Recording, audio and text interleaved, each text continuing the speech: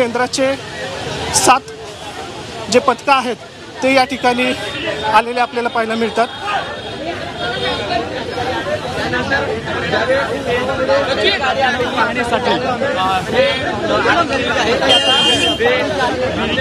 अधिकाऱ्यांना या ठिकाणचे जे ग्रामस्थ आहेत, सरपंच आहेत, ते इथला पूर्णपणे आढावा देत आहेत। पाणी कशा प्रकारे दूषित होत आहे, पाण्यात या विहिरीमध्ये कुठले पाणी सोडलं जातं ते या ठिकाणी दाखवण्याचा प्रयत्न गावकऱ्यांकडून केला जातोय।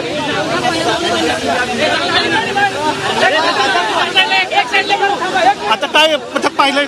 आता पथक या ठिकाणून केंद्राचं पथक आलंय म्हणून आम्हाला सांगितलेलं होतं। त्याच्यानंतर केंद्राचं पथक हे पळून जाण्याच्या मार्गावरती होतं।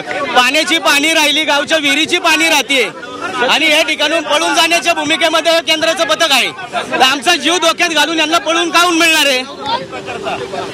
हा नागरिकांचा आक्रोश नाही तर काय आहे? आज एवढी परिस्थिती वाईट असताना सुद्धा हे केंद्रीय पथक आलेलं निघून चाललंय। आता ते पाणी करतात, आता ते पाणी आमचं एकच म्हणणे आहे की या ठिकाणी नागरिक त्रस्त आहेत, लोक लहान पोरं आजारी पडत आहेत। तुम्ही त्याची पाणी करा, त्याची उपाययोजना करा, काय करता येईल ते, मगच त्या ठिकाणून तुम्ही पळून जा। तुम्ही आलाय ना पाणी करायला, काय ते पाणी करा आधी। केंद्रीय पथकाला पाणी आपण बघितलं हे जे तुम्ही या ठिकाणी आहे केंद्राचं पथक आणि ग्रामस्थ आहेत ते या ठिकाणी आक्रमक झालेले आहेत आणि जे पथक आहे ते पाहणी करते। मात्र पथक पुन्हा रिटर्न जात असल्यामुळे या ठिकाणचे जे गावकरी आहेत ते आक्रमक झाले आहेत आणि त्यांनी आता या ठिकाणी आग्रह धरलाय की जोपर्यंत तुम्ही पाहणी करत नाही, अहवाल देत नाही, तोपर्यंत इथून जाऊ नका। आणि ग्रामस्थांसोबत या ठिकाणी आपल्याला आता केंद्रीय पथक आहे ते या ठिकाणी विहिरीच्या इथं आलेले पाहायला मिळते। सच क्या है? लोग आरोप कर रहे हैं। सच्चाई क्या है? सच क्या है? सच्चाई क्या है बोला? जो है सामने बता दीजिए। ऐका ना, मी आज रिपोर्ट केलाय, म्हणजे central team has reported today. At least let us take a review की सध्या परिस्थिती काय चालू आहे, किंवा कुठे कुठे मतलब हॉस्पिटलमध्ये काय ऍक्शन झालं होतं, किंवा लोकल फील्डवरती काय ऍक्शन चालू आहे। Let us have a review first. नाव सांगा तुमचं पहिलं, तर मला तेवढं देणे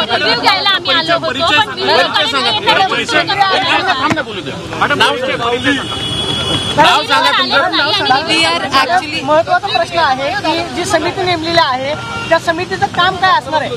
तुम्ही ससून रुग्णालयामध्ये काल पाणी केली, आज लायगुडी हॉस्पिटलमध्ये पाणी केली, काम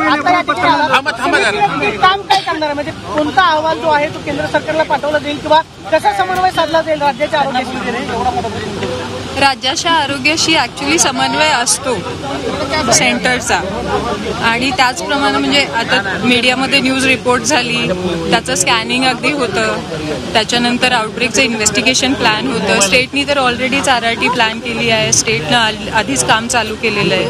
मुद्दा असा आहे, हा जीपीएस दुर्मिळ योग आहे, हा संसर्गजन्य रोग नाही, तर याचे आउटब्रेक कसं काय झाला? तेच तर बघायचंय ना, दूषित पाण्यामुळे होतं, नेमकं कशामुळे होतं? हा जो बॅक्टेरिया आहे याची पाणी करण्यासाठी आम्ही तुम्ही आमच्या घरात बी चला, तुम्हाला आमच्या पद सांगा। याच्यामध्ये कोणकोणते नमुने घेतले जाणार आहेत मॅडम? फक्त पद जीपीएस आजाराचा प्रादुर्भाव कसा झाला, कोणते नमुने घेतले? आपण नाव आणि पद थांब ना, आज एकूण काय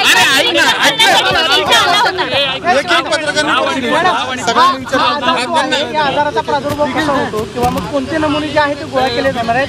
एक गोष्ट मॅडम